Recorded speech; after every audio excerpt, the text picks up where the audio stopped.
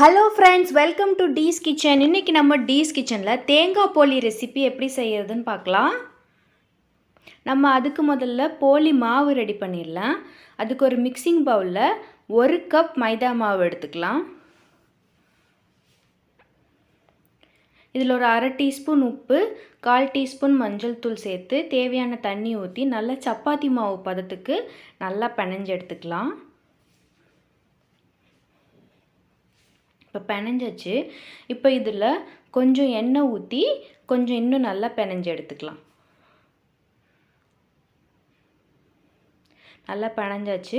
இப்போ லேசாக எண்ணெய் ஊற்றி மேலாவில் தடவி இதை ஒரு அரை மணி நேரத்துலேருந்து 1 மணி நேரம் நல்லா ஊற வைக்கணும். அப்போ தான் போலி நல்லா சாஃப்டாக வரும்.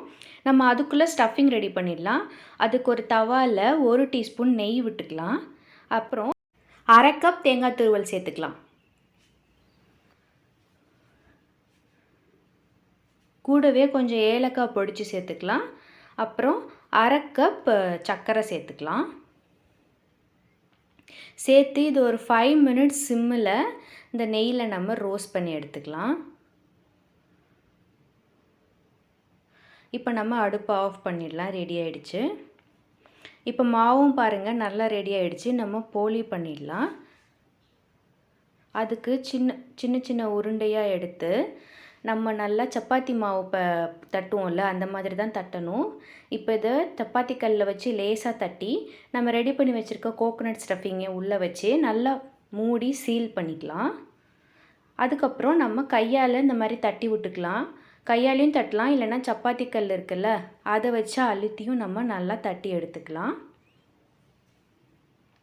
பாருங்கள், இந்த மாதிரி கொஞ்சம் மெதுவாக தட்டி எடுக்கணும், இல்லைன்னா உள்ளே இருக்க தேங்காயில் வெளியில் வந்துடும்.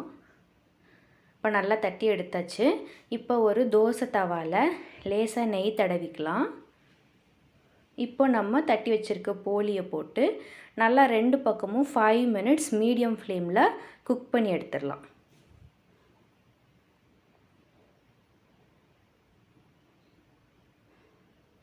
பாருங்கள், அவ்வளோதான், ரெடி ஆகிடுச்சு.